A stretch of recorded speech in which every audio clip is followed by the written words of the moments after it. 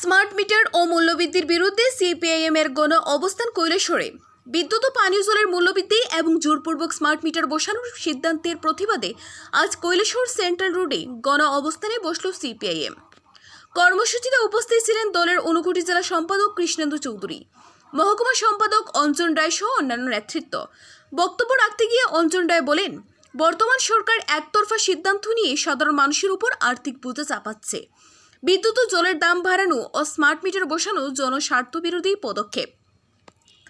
তিনি জানান, এই সিদ্ধান্ত প্রত্যাহার না হলে রাজ্য জুড়ে আরও বড় আন্দোলনে নামবে দল। গণ অবস্থানে সাধারণ মানুষের ব্যাপক উপস্থিতি ছিল চুকে পড়ার মতো। স্লোগান ও প্ল্যাকার্ডে মুখর হয়ে ওঠে কৈলাসহরের সেন্ট্রাল রোড। চার্জ, এটা তো কোনো চার্জ হতে পারে না। বিদ্যুৎ আইন 2003 মোতাবেক এর পরবর্তী সময়ে আমরা দেখলাম 2020 সালে কেন্দ্রীয় সরকার আবার মোদী সরকারের নেতৃত্বে আরেকটা আইন আনার চেষ্টা করলেন, বিদ্যুৎ সংশোধনী আইন, এবং করোনার কারণে এই আইনটা বলবৎ করা যায়নি।